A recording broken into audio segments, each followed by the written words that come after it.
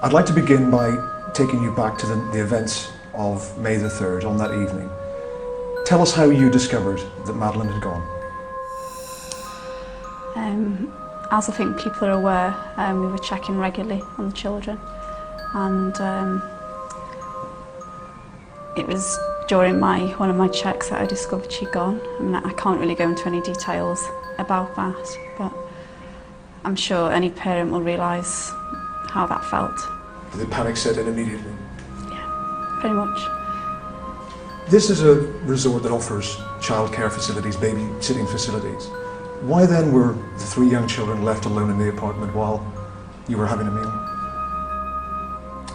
I mean, I think if you know the location here, which you've seen, what we did, I think, and we've been reassured by the fact in the thousands of messages from people who've either done exactly the same or said they would have done the same. And for us, it really wasn't very much different to having dinner in your garden and the proximity of the location. I think it's fair to say that, the guilt that we feel having not been there at that moment, irrespective of whether we had been in the other bedroom or not, will never leave us. Do you blame yourselves regularly? Certainly the first few days, I think the guilt was very difficult. But I think as time goes on, we feel stronger, and we felt very supported from that point of view. Is there a lesson here, do you think, to other parents? I think that's a very difficult thing to say, because if you look at it and we try to rationalise things in our head, and ultimately what is done, and we do continually look forward, but we've tried to put it into some sort of perspective for ourselves. We're in a very safe resort. If you think about the millions and millions of British families who go to the Mediterranean each year, really the chances of this happening are in the order of 100 million to 1. I think at worst we were naive. We're very responsible parents. We love our children very much, and I don't think any parent could ever imagine or consider anything like this happening. I think that's something that is, many people have said to us that this is a parent's worst nightmare, and it is. It truly is, and it's as bad as you can possibly imagine. But if all three of the children had been taken, it could have been even worse than your worst nightmare. And we've got to be strong for them. They're here. They do bring you back to earth, and we cannot, grieve. One, we did grieve, of course we grieve, but ultimately we need to be in control so that we can influence and help in any way possible. Not just Sean and Amelie, but the investigation.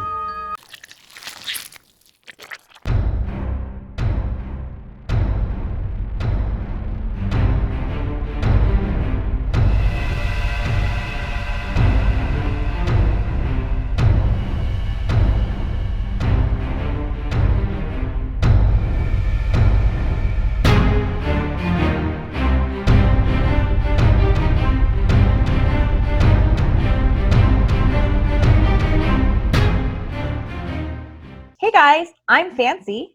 And I'm Colleen. And this is Murder by Design. So welcome to our first Friday Night Gone Cold series. In these episodes, we will be discussing many of the missing person cases and unsolved murder cases that our viewers and fans have asked us to bring awareness to. Some of these cases will be well-known, high-profile cases, but some of them are other cases that may not have gotten as much media attention, and the family members and friends have been forgotten. And we've been getting a lot of requests. So tonight we're starting off with a pretty popular case. It's one that I personally have followed since the very beginning. And it's always been one that's never really made any sense to me. And the narrative that the family tells I don't think it adds up. So the case we're going to be exploring tonight is one of Madeleine McCann. So excited to do this one. So Madeleine was a 3-year-old little girl from Britain, and she was in Portugal when she disappeared on May 3rd, 2007. Her parents were on holiday, and her unsolved missing person case has become a worldwide sensation. So people have been talking about it everywhere. So in England, and I will not even attempt to pronounce where they're from because I do not want to tick the people off there. In Rothley, that's probably the only one I could pronounce. Her parents, at her parents' request, she was made a ward of the court in England shortly after the disappearance, which gave the court statutory power to act on her behalf, which is a very weird, odd thing to do if that's your first thought when your daughter's missing. Yeah, I don't know. I mean, is this something that's just a Britain thing? Like, I don't understand how this works. Like, I've never heard of such a thing, but I'm also not British, so maybe that's something that happens over there. I'd love to go there. If any of you guys want us to travel there, I want to bring us over there. We're happy to go. Right. So, I mean, the thing is that both parents were doctors. A lot of the people that they were traveling with, because this was they were traveling with seven families, I think it was, or I mean, there was a lot of people that they were traveling with, and they were all either really like high level professionals or doctors, and so it's just a strange case. So the police described Madeleine as a blonde-haired with blue-green eyes and a small brown spot on her left calf and a distinctive dark strip on the iris of her right eye. She was such a cute little girl. Oh my goodness. And they've done some different things, when we'll show those here in a minute, where they've enhanced, the age enhancing to try and show what she would look like now. But I've been following this case since 2007, and it is just never, ever sat right with me.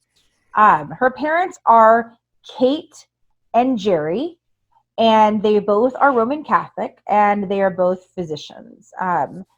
And we got some information about their degrees. One of them, let's see, the mother, she was briefly into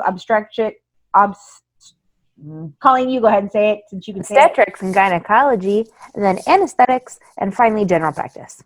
And her dad was sports medicine, and then he became a consultant cardiologist. So pretty, they know a lot about medicine and all of that.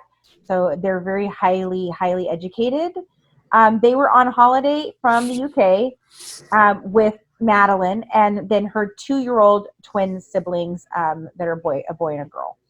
And a group of family and friends and their children. And so, it just was a weird situation. I mean, basically these parents were like putting the kids to bed around 8:30, and then they were leaving all these children asleep and running off to this patio where they would dine across and have drinks and all night long while the children slept. And it was just an odd thing to do. I can't imagine being in another country and just leaving my 3-year-old and my 2-year-olds just they're asleep. Let's just go have some drinks. Right. It's a ground level, like flat they were staying in. Right. And it's not like, I have been brought on vacations with family members when I was, 14, 15, 16 to watch their little ones while they went out to the casino or went out drinking, which is a different scenario.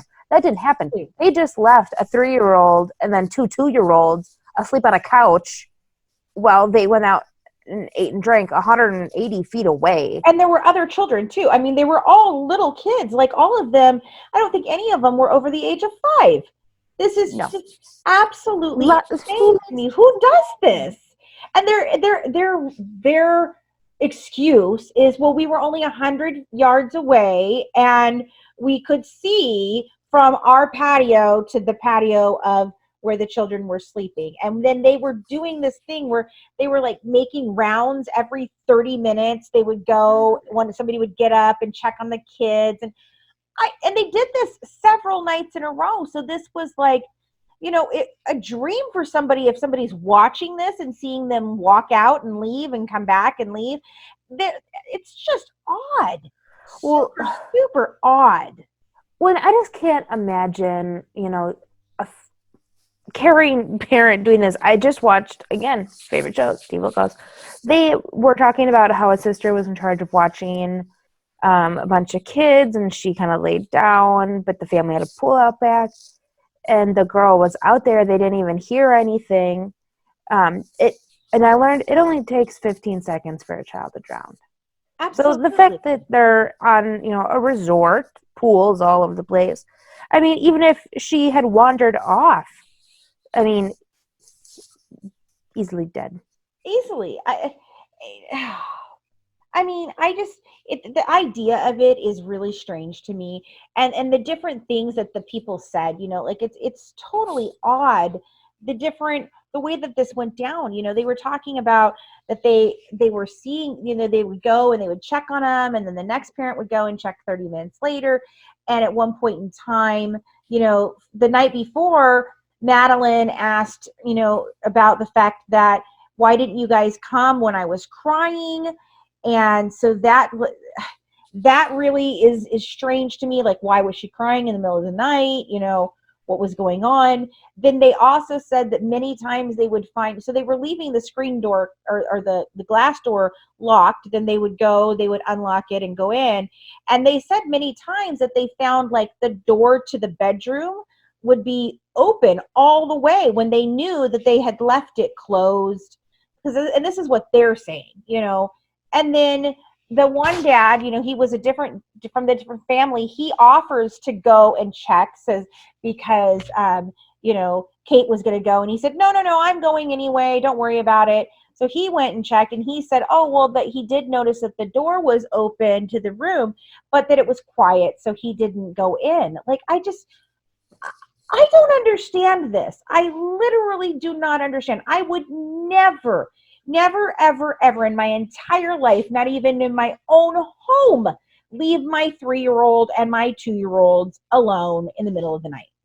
Well, and I don't know if it was the fact that maybe they were trying to cover up for something, because my opinion on this is that why were all the adults leaving these children alone? Were they, I mean, besides, we already know they were drinking a lot.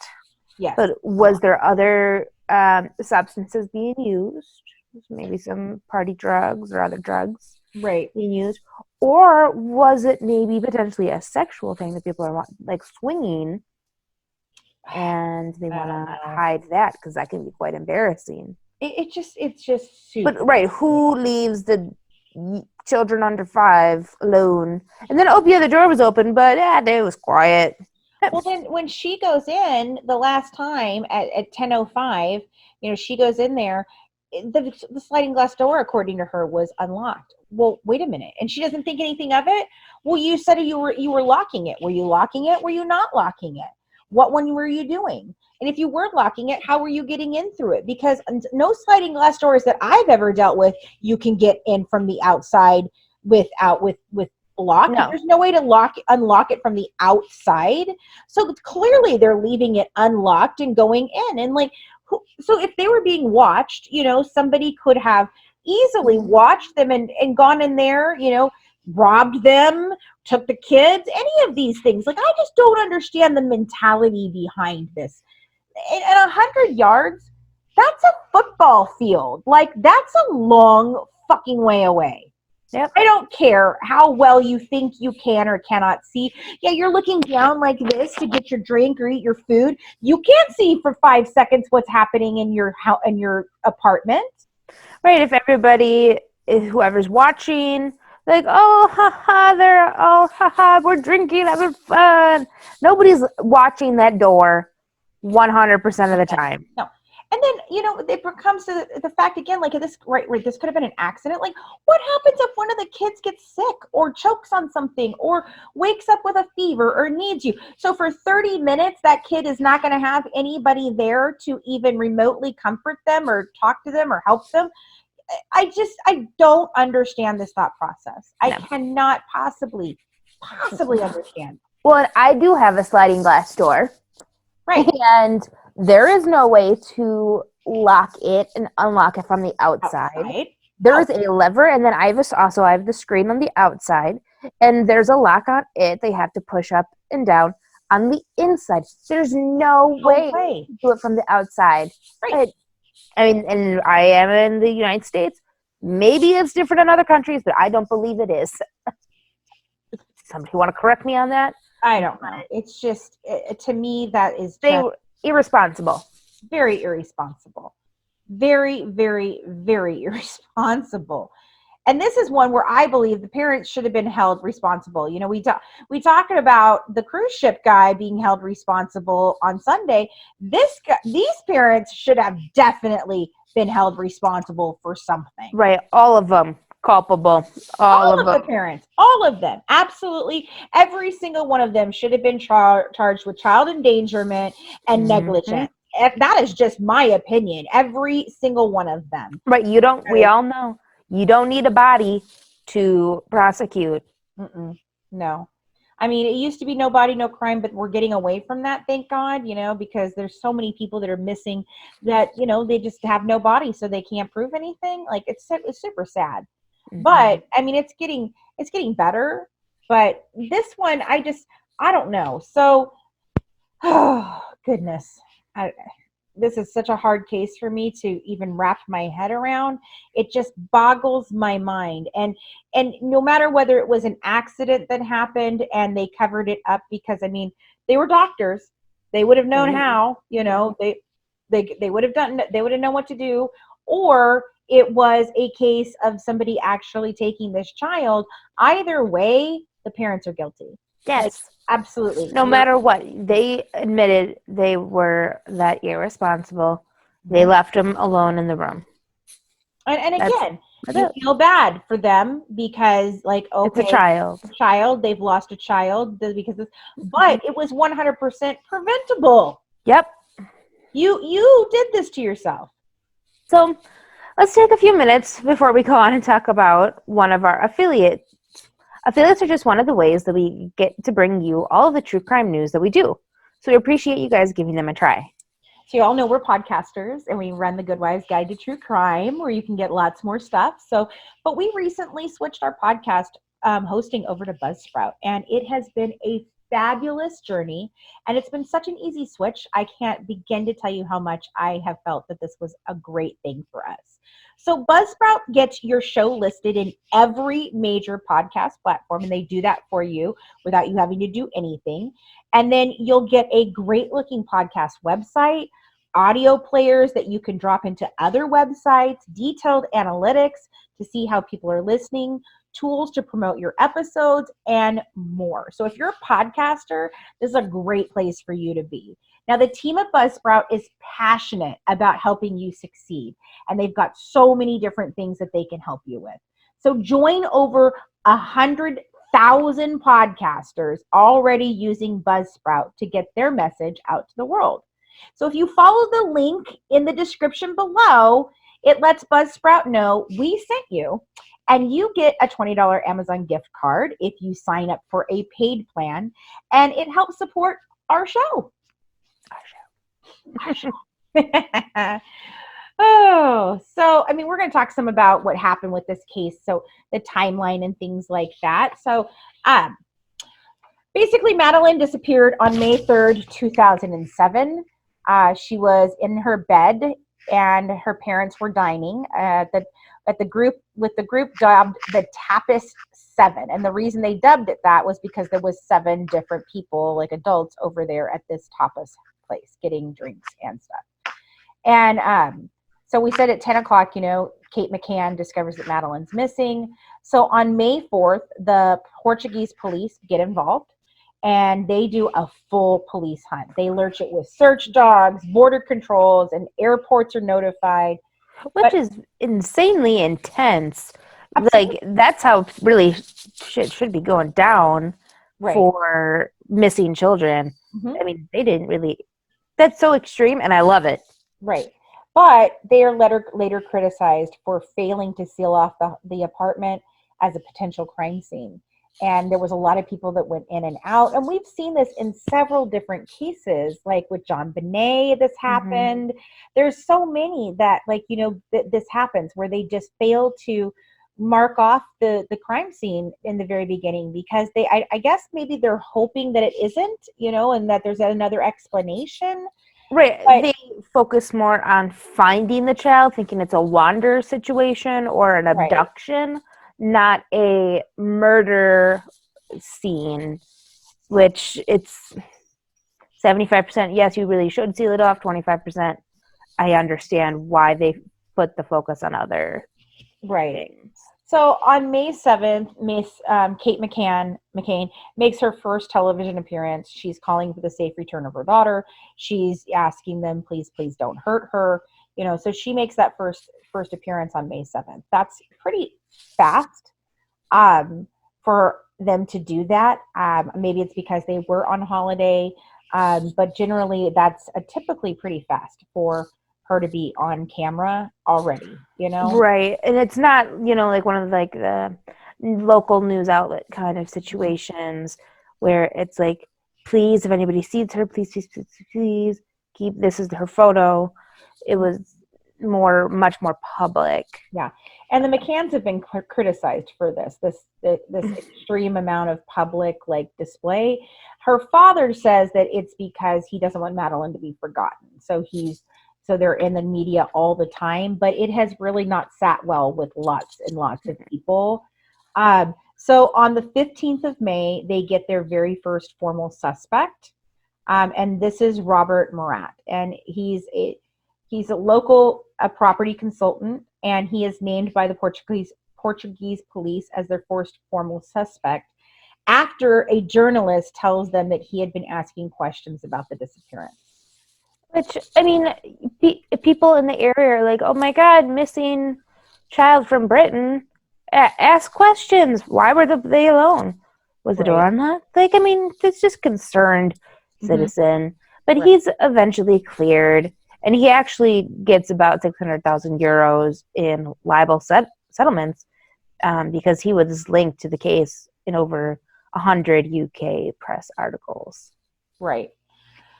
So in July, there are sniffer dogs that are flown in from Britain. They bring in 2 Springer Spaniels by the Yorkshire Police. And one of those is Keela, and she is trained to detect traces of human blood. And Eddie is trained to alert officers to the scent of dead bodies. One or both dogs give alerts at spots in the 5A, that's the apartment that the McCanns were staying in, and Kate McCann's clothes, and Madeleine's soft toy, and a borrowed Bible. Eddie gives an alert at the McCann's rental car. Rental car. I think it's McCann. I think it's McCann. I don't know. Some people say McCann, some people may say McCain. So. And a lot of people are for dogs, others aren't. These dogs have to go through some pretty rigorous training. Yeah. And, if it's questionable, they don't say, yep, they alerted. It was a solid alert. And the things that you would expect them to alert to if there was a suspicious situation. The apartment, the couch, the clothes, her toys, and then the rental car. The rental car. That's a big one for me, the rental car. Right, dead body in the rental car, there's blood in the apartment. Yeah. And then, the DNA is gathered. So in August, they do some DNA. So there's been some DNA that was gathered from the spots identified by the dogs. And they send it off to the UK. So the Portuguese police don't do this. They send it off to the UK. But the results are inconclusive. But a misunderstanding leads the Portuguese police to suspect the McCanns. And I think the Portuguese police have been suspecting the McCanns from the very beginning. Okay, because that is the most logical idea. There's been some sightings of some guys carrying, there was one guy that was carrying a child, but they found out that guy there was a real guy, and he was carrying a child, but it was his daughter he had picked up. He had gone and they had their night out, but she was at a babysitter type of situation. Responsible. because some of the resorts offer that service. You can put them in the daycare and you go out. That's what that's for. And I'm sure that that's what they had. I'm sure they had that option, but with all the children that they had, they probably didn't want to spend the money. Right. And So, that's why she's like, this is a resort. right. Exactly. So he was cleared. His daughter matched the description. She had similar pajamas as to Madeleine on, and they find that. But then there's another one that is found, and he was carrying a young girl down to the water, and they do believe that that could be a suspect, but there's no conclusive evidence of this. So in September of 2007, the McCanns become official suspects. The ball gets moving here. Right. And so the police abandon the abduction theory and they bring back the McCanns for questioning. And police sources tell reporters that the DNA was a 100% match. And so the media now turns on the McCanns because they were on their side kind of like, oh my God, a child abduction in a different country. And now they're like, you maybe really did this. And the McCanns get really mad. And they sue people like this. They start suing people, and I'm like, it just to me that sits wrong again. Like, I understand if people are talking bad about you and saying that you killed your daughter or whatever, but shouldn't your focus be on finding your kid, not taking lawsuits out against magazines for saying that you might have killed your child? Like, right, the priorities, man. But this was what makes me mad, is that despite being named as suspects, the McCanns are allowed to return home to the UK. But the next day, that's September 9th, 2007, but the next day, the police formally puts forward a case that Madeleine died in an accident and that the McCanns concealed her body and faked an abduction. I think that's 100% what happened. Yep. That's my theory. I'm going with that theory. That is my absolute theory. So in October 2007, they force the investigation coordinator, and I don't even know how to say it, Gonzalo Amaral. These names. Amaral. He's forced to resign after complaining that the British police only pursue leads that are helpful to the McCanns. But then he writes a book, and in July 2008, in his book, The Truth of the Lie, alleges that Madeleine died accidentally and that her parents faked the abduction. So, he's complaining that the British people are not looking into anything other than something to clear the McCann family. Yep. And so he writes this book, and the McCanns get completely pissed at this too. Anything that goes against their view, they get mad. And we see that in almost all of these cases that we cover. But so on July 21st, 2008, the Portuguese police closed their investigation of Madeleine. And the McCanns are cleared as formal suspects. And so is Robert Murat. So they're both cleared. So they're all cleared as formal suspects. And then the McCanns, in 2009, there's some more Find Madeleine campaign release posters of how Madeleine might look at age 6. And we have that picture of what she might be looking like at that time. And then nothing happens for a couple of years. So it goes cold and nothing really happens. But in May of 2011, Scotland Yard launches a new investigation review into the disappearance, and it's financed by a government contingency fund. And the team focuses on uncovering, quote unquote, a criminal act by a stranger, according to their senior investigator, DCI Andy Redwood. So then just a few days later, Kate McCann's book is actually published on Madeleine's birthday. And she puts 100% of the money raised by the book sales into replenishing the fund, investigating her daughter's disappearance. But what I don't like about this is that it went to that by a stranger. Right. So they're looking for the stranger, and that's what she's funding, to make sure it's not really funding to look for Madeleine, in my opinion. It's funding to get myself cleared. Yes. It just, I don't know. Thanks to high heaven, man. Oh, so then again, nothing happens for several years. The Portuguese police reopened the investigation in October of 2013.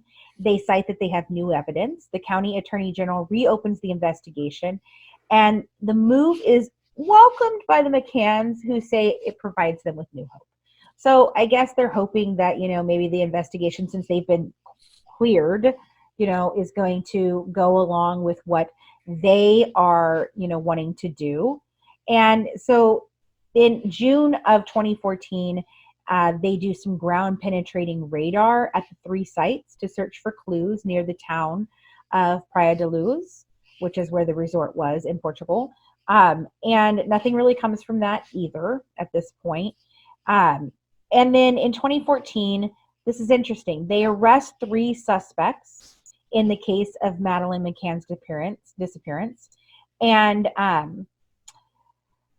they think that maybe these 3 guys have done something, but truthfully, it ends up, again, nothing. They don't have enough conclusive evidence that they're cleared.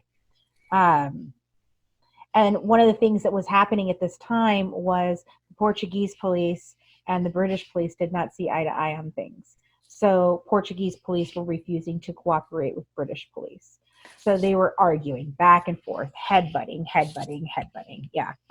And that's sad. And so they started looking for this abductor. It's necessary for the British police to request the Portuguese authorities to allow them to operate on their turf. It means they have the intention of arresting and interviewing this X, Y, and Z. But sadly, the McCanns have been in a similar position before and been disappointed before. Because they say that the Portuguese will cooperate, whether they will or not. It's just if they hate that they build up their hopes and then nothing happens. Well, the 3 suspects are believed to be a gang of burglars, and it shows that by mobile phone records, they made a high frequency of calls in the hours after Madeleine's disappearance. But again, this goes nowhere. So in 2015, April of 2015, the McCanns win a libel case. They go against the investigator that was asked to be removed, and he is ordered to pay 500,000 euros to the McCanns for alleging in his book that they faked their daughter's abduction. And I think that is some bullshit, man. It's your freedom of opinion. You have the right to say whatever you want. I could write a book about how monsters live in the sky and fairy tales are real, and I see, things outside of my window. Right. But that's my opinion. Right. Well, I don't know how it works in other countries, but it definitely here that would fall under freedom of speech. And yeah. I just don't understand why he was ordered to pay this money just because he said, this is his theory. My theory is that they faked their daughter's abduction. Okay, well, sorry, that's my theory. Right, he didn't plant evidence. No, there's no evidence. There's nothing that he's doing wrong. He's just simply saying, based on everything I saw, this is what I think. And I just, that's another thing to me that doesn't sit right. I really feel like the McCanns have something that they're trying to hide, something that they're not doing, and they're profiting off of this disappearance. Right. Like that's 500,000 in the libel case, the profits of the book that are going to the fund, but I don't believe the profits are going directly to that fund. It's going into the McCann's pocket and then to the fund. Right. So, right. Don't like it. Oh, another drinking situation. Yes. Bring on the drinks. They were drinking, so we're drinking. We've just had some Moscato, and it's from one of our favorite clubs. Colleen, tell them all about it. So one of our favorite wine clubs is the California Wine Club, and we've got a special offer for you. If you click our link in the description below before March 31st, 2020, then you can save half off your first month when you join at any club level. California Wine Club only works with small wineries, and they hand select 2 bottles of wine each month and ship them straight to your door. Now you don't even have to go to the liquor store to have a sip of bubbly with us. How cool is that? And honestly, right now, I don't want to leave my house. It's snowing. We're having a blizzard. So you get your wine at home. It goes on. So they win their libel case. in October of the same year, the UK investigation is scaled down. They announced that Operation Grange is ongoing, but they reduced the amount of officers from 29 down to just 4. But it still has funding. It was still being funded. So the McCanns, again, in December, they decide they're going to fund their own investigation. So they plan to employ private investigators to continue the search for their daughter. And they start the No Stone Unturned Appeal Fund. And they've got about £750,000 in that. And that was boosted by the sales of Kate McCann's book. And so then in April 2016, Metropolitan Police Commissioner Sir Bernard Hogan-Ho says that he believes there is one final lead in the case. Which I think is this German guy that they try to link to this. He's a serial killer in Germany. All of his other victims are little boys, so I have no idea why he would choose Madeleine. But he was in Portugal at the time. He was seen near their apartment at the time, so it's suspicious.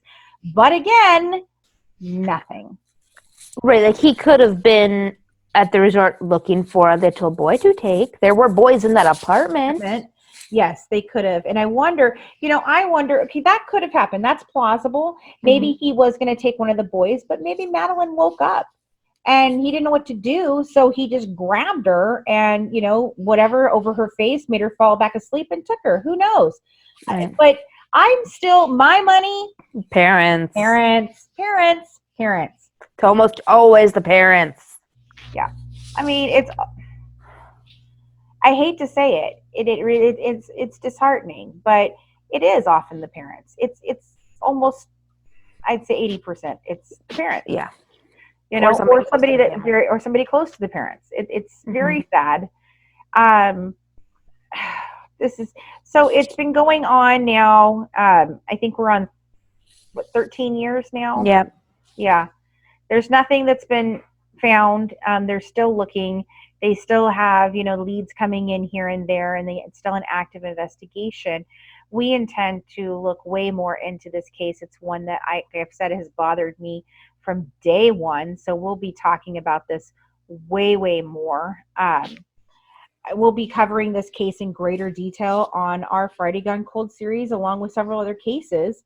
If you have a case that you'd like us to cover or look into, you can drop it in the comments down below.